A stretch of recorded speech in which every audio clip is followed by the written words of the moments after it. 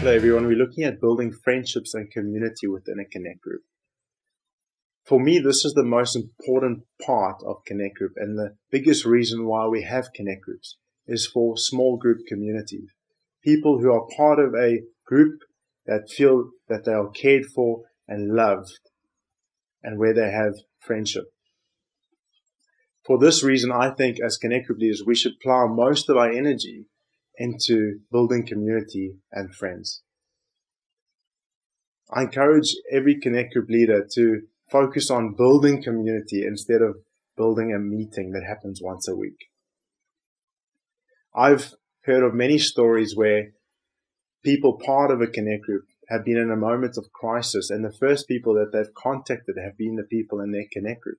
That is a sign of a healthy Connect group, a Connect group that's focused on building community and friendships. That is vital to our faith journey. The question is, how do people feel part of the community? And I'm going to share 4 thoughts on that question that hopefully answer it. Firstly, it's when they are loved. Secondly, when they feel they have a part to play. Thirdly, when they feel that they have connected with other people in the group. And then lastly, when they are on mission for God. Looking at the first one, how do people feel part of the community?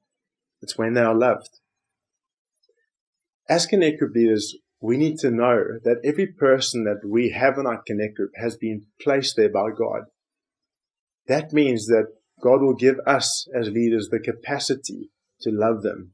And we can call on God and say, God, help me to give time, to give energy, and to love every person in my group. I also encourage every Connect group leader to focus on loving people. We have been called to love people, not to try and fix them. So don't see the people in your group as different projects of how to fix them. We need to remember that God fixes, God restores people. As leaders, we are called to love them and shepherd them toward God. That is our role. And we can do this by spending time with them, and even spending time with them socially. When we spend time with people in our group in their homes, they feel part of the community. They feel loved. They feel cared for. And when we spend time with them, I encourage you to ask them not only what's happened in their past or what's happening in their present, but what have they got in their hearts for their future? What do they feel God is placing in their hearts for their future? And we can be a part of that by saying, I want to pray for what God has for you in your future and see you walk into that. That is what happens when we spend time with people one-on-one and build into them and making them feel part of the community. So get to know their dreams. How do we make people feel part of the community? Well, secondly, when they feel they have a part to play. And that's vital. And the anchored text that we can look at is 1 Corinthians 12, where Paul speaks and he says every person has a part to play. Every person has a unique gifting that God has given them. And for me, as a Connect group leader, and for us, I want to encourage us that we don't wait for people to come to us and say, I feel God is doing this inside of me. I feel God has shown me that I have this gifting. But just to assume that every person has a part to play and to get them on that journey. There's a story that I heard recently during an Alpha course where one table leader didn't arrive. And there were some reluctant leaders in the building that were just part of some of the groups. And one of the guys who was leading the Alpha course called this couple out and said, you need to fill a gap tonight. Please can you just sit with these people and lead their table tonight? And as a result, they continued to lead the table for the rest of the course. And after that, they formed a Connect group from the table. That is a leader assuming that people are on this journey and everyone has a part to play. We need to call that out of people. God has given us a mandate as leaders, and that is to ask Him, God, what do you have for each person in my group? I want to make them feel part of the community by making them feel a part of what we are doing. And as leaders, we have the opportunity of opening doors for people in ministry.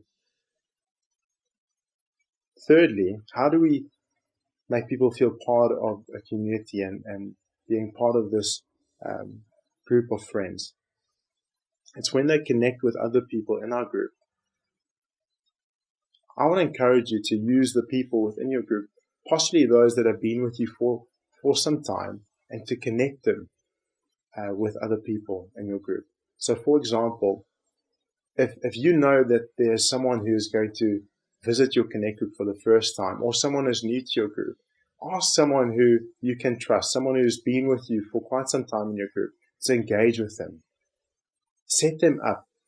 I've seen so many great friendships form because of that. And we need these friendships in our journey of faith. This also helps us to share the load. We don't need to do everything as Connect leaders.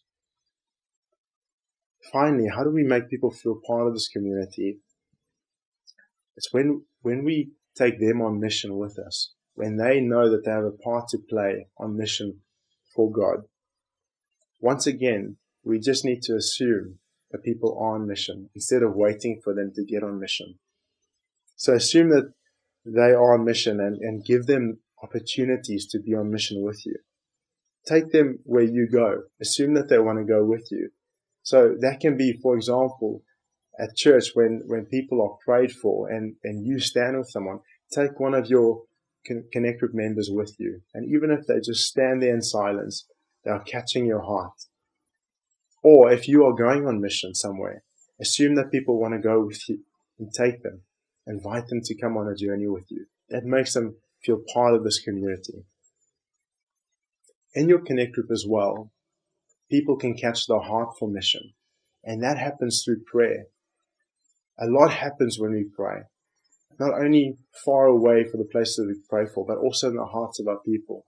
And as we pray and they catch our heart for the nations or for mission or for people, they will also start praying and being on mission and seeing God work through them.